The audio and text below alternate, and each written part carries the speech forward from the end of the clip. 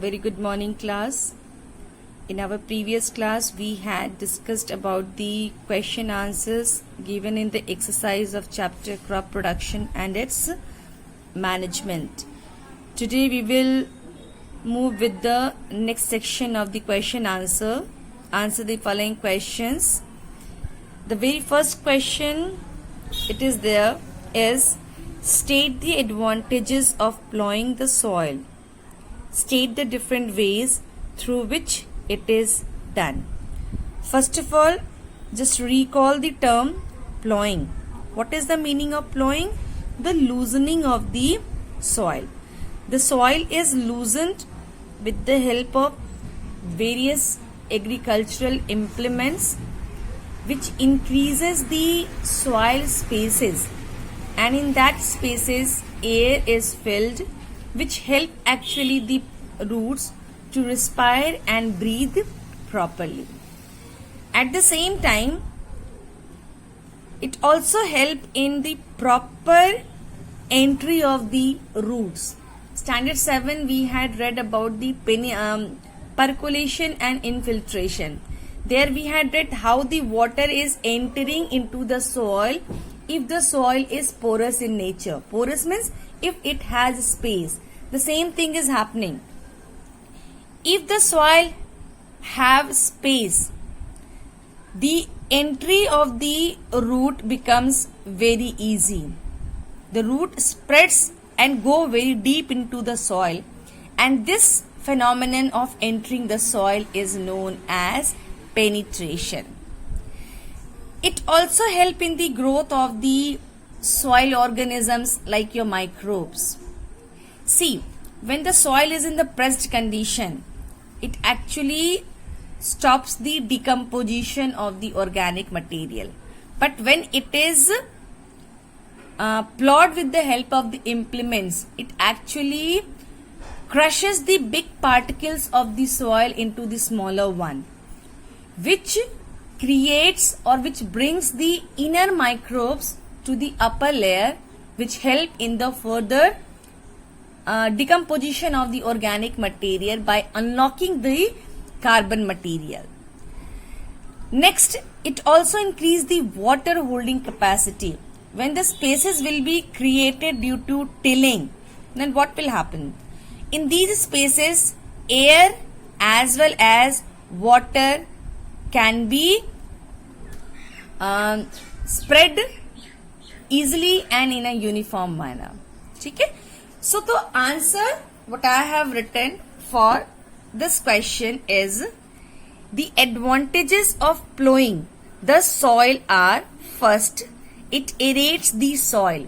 Aerates means help the soil to build up the spaces in between the particles, which help further in the respiration. Aerates to make the process of breathing for the root in a easy manner. Number 2, it helps in easy penetration of the roots. The entry of the root into the soil, the spreading of the root hairs and the branches into the soil in a easy manner. Number 3, it promotes the growth of useful soil organisms. When the soil is turned with the help of the implements, the microbes, which is actually very deep inside the soil, it comes up on the upper layer and does the further function of the decomposition. Number 4, it also increases the water holding capacity of the soil. The water will enter the soil. The water will enter the soil due to increased space, and hence at a very deep layer of the soil, water can travel. So these are the advantages of plowing of soil. We can see how can we do this plowing method. Plowing is actually the loosening of the land with the help of a plow. These plows are made up of, mostly it is made up of wooden. These plows are either drawn by bullocks or oxen or driven by tractors.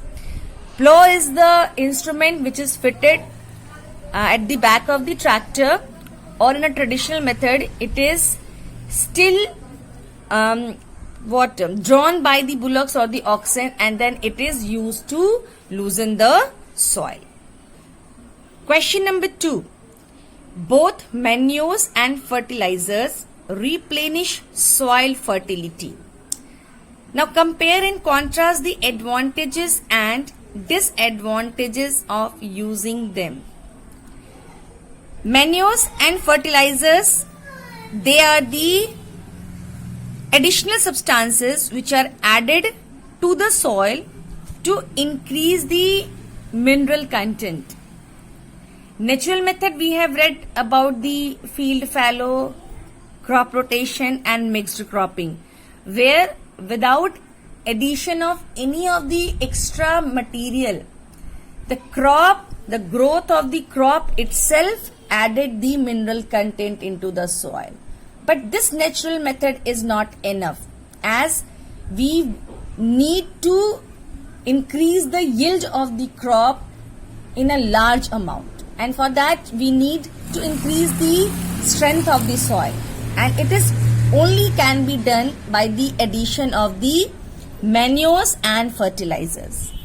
Now the question is, if both are good, do they have any advantage or disadvantage? So yes, manures and fertilizers, if they have the good sides, they have some of the negative sides also. So here we are going to discuss about that what are the advantages and what are the disadvantages of addition of manures and fertilizers in the field. Now see what I have written here.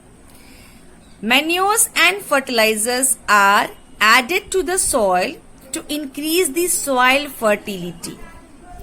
Besides this, they have advantages as well as the disadvantages, and we have to compare them. The answer is not long, but I have taken lots of space to just to clear the visibility. Okay, so don't panic. Said that very big answer ma'am has given. Manure, fertilizers, 2 columns I have made. Here first of all we will discuss about the advantages. As we all know, the manures, it is made up of the organic waste. The dead plants and animals, these are the organic waste. When it is dumped and the action of some of the microorganisms changes these organic waste into the manure. And you know, it is very eco-friendly. And when it is eco-friendly, it will not cause any pollution, do not cause pollution.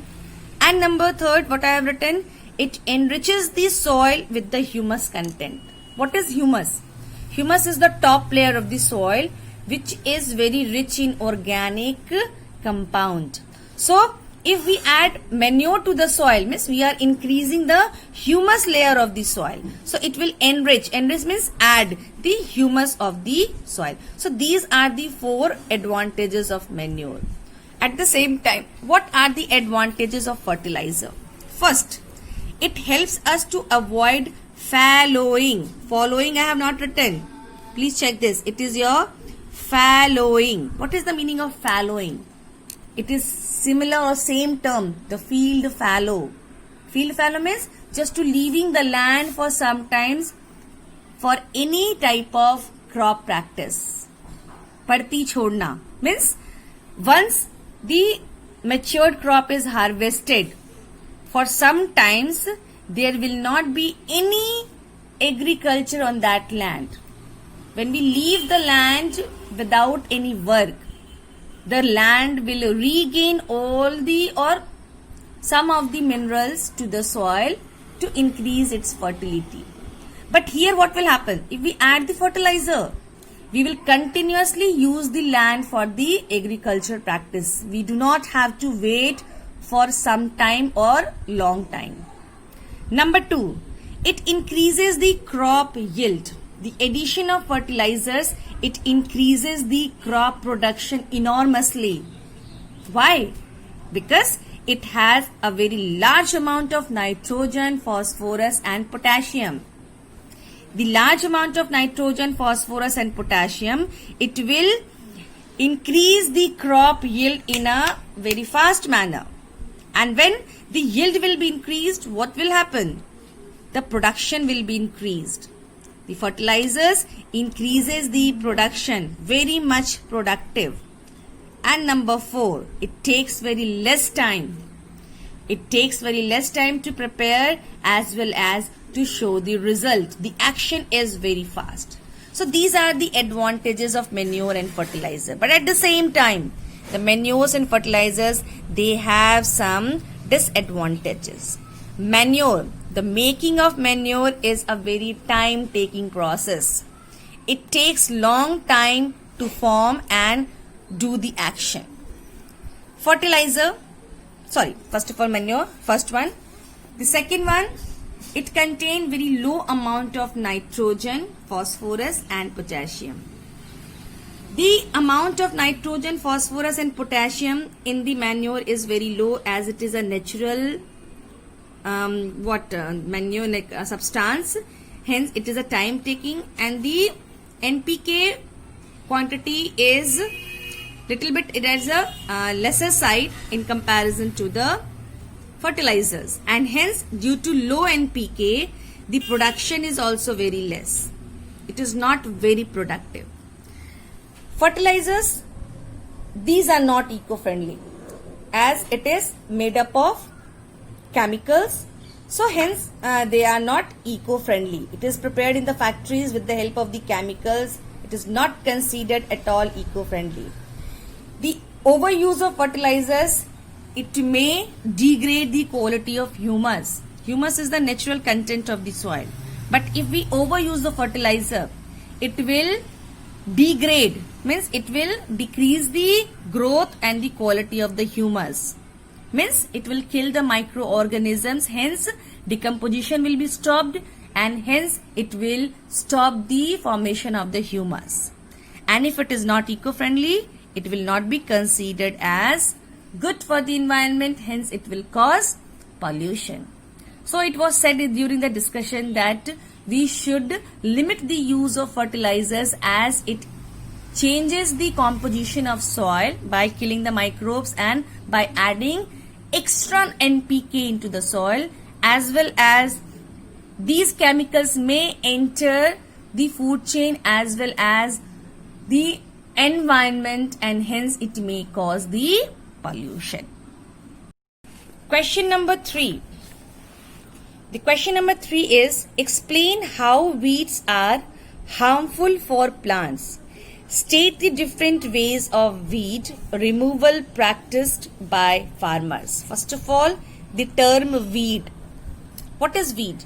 Weeds are the unwanted plants which is not cultivated by the farmers, but it grows with the main crops. And these weeds are considered as harmful because they compete for light, space, water, nutrients with the main crop. And due to sharing of all these good things and the essential things, it may harm the main crop. And there are different ways that farmers use to remove this. Now let's see what could be the that suggested answer for this question. Weeds are the unwanted plants in the crop field. What they do? They retards the growth of crop. First of all, they cause the harm to the crop, hence stops and degrade the growth of the crop. Means growth of the crop will not be in a positive side. Number 2, they occupy too much space, the space which was or which is meant for the crop. Most of the space it is used by the unwanted plants called as weed. And if the space will be taken, then what will they will do? They will use all the nutrients, water and light which is meant for the crop. Now you can see the space, the nutrients into the soil, the water into the soil and the light, all the things which is meant for the main crop, now it is shared with the weeds. Now what will happen? Automatically the crop growth will be reduced. So it is said that it is unwanted and causes harm to the plant. Now farmers adopt many ways to remove weeds. First, hand picking manually. With the help of the hand, they used to pick up the weeds. Number 2, tilling before sowing. Plowing and tilling. Plowing is the loosening of the soil and the tilling is the leveling of the soil. Means big pieces of the soil will crushed and leveled back to increase the space. During the plowing and tilling, the weeds also uprooted. The weeds also gets uprooted and it is crushed and mixed with the soil. And due to that mixing, the weeds get converted or decomposed into humus and increases the organic component of the soil. Number 3, using weedicides. Weedicides are the chemicals which are sprayed onto the crop field, but it should be done very judiciously and carefully so that it will not harm the crop plants. The weedicides, which is a chemical used in the field, when it is sprayed onto the crop, the weeds get killed. So these are the 3 common methods which the farmers adopt to remove the weeds. First one, hand picking. Second one, tilling before sowing. It is crushed into the soil bed. And third one, using weedicides. Question number 4, give reasons for the following. Number 1, excess water supply can damage crops. As we discussed, the irrigation is one of the important steps in the crop production. And what happens in irrigation? The water is supplied to the crop or the field. But you know that water supplying it also should be in a limited quantity. The excess water, it may damage the crops by causing water logging. The spaces of the soil, it will be filled with water, hence root will not be able to breathe. And due to this unhealthy environment, the root may die, which may cause the damage to the crops. So the answer is excess water supply can damage crops and can reduce air in the soil spaces due to water logging. As the water is filled in the space, it will reduce the air. This can damage the plant roots and can cause them to die. Got? Means excess water, water logging will be there. The water will get filled in the air space. The root will not be able to respire, which may cause death of the plants. Number 2, the grains are not stored without sun drying. We all know that after harvesting and threshing and winnowing process, when the grains are separated from the chaff, the grains should be properly dried under the sun. Why?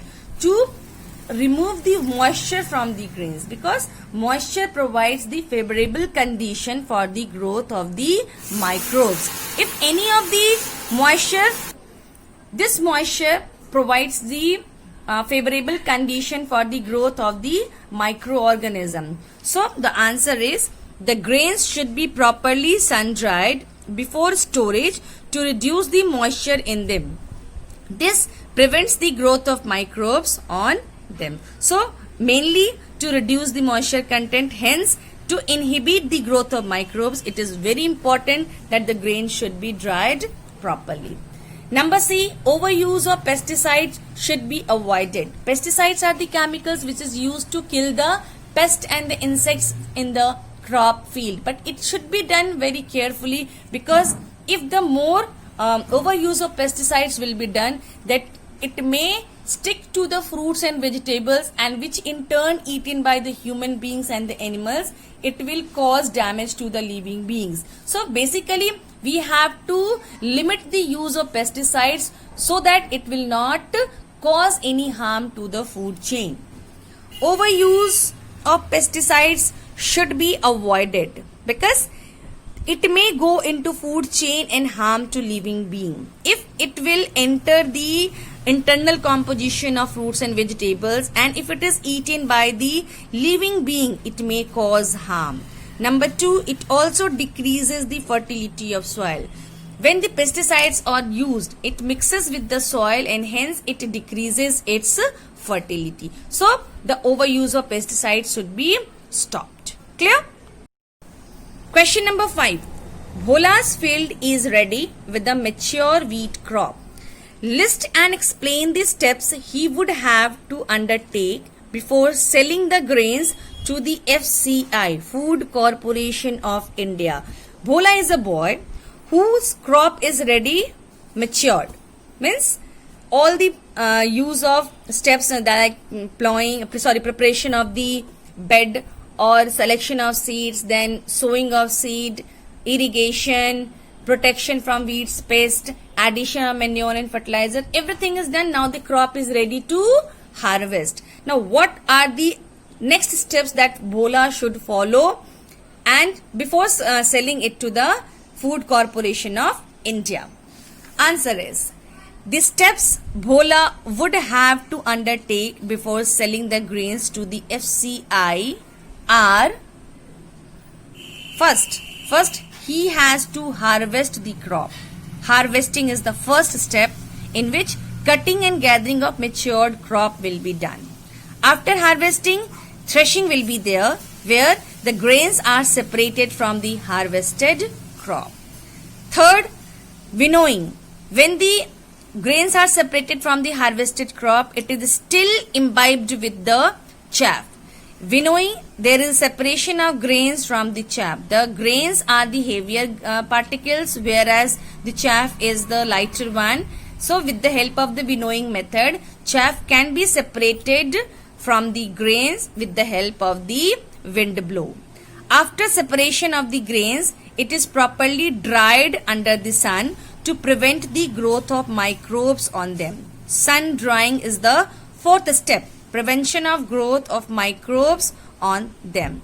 Number 5, when it is dried properly, it is stored in the granaries or the silos to protect that grains from the microbes, pest, insect and as well as the moisture. It protects them from microbes, pest and moisture. So there are 5 steps that Bhola has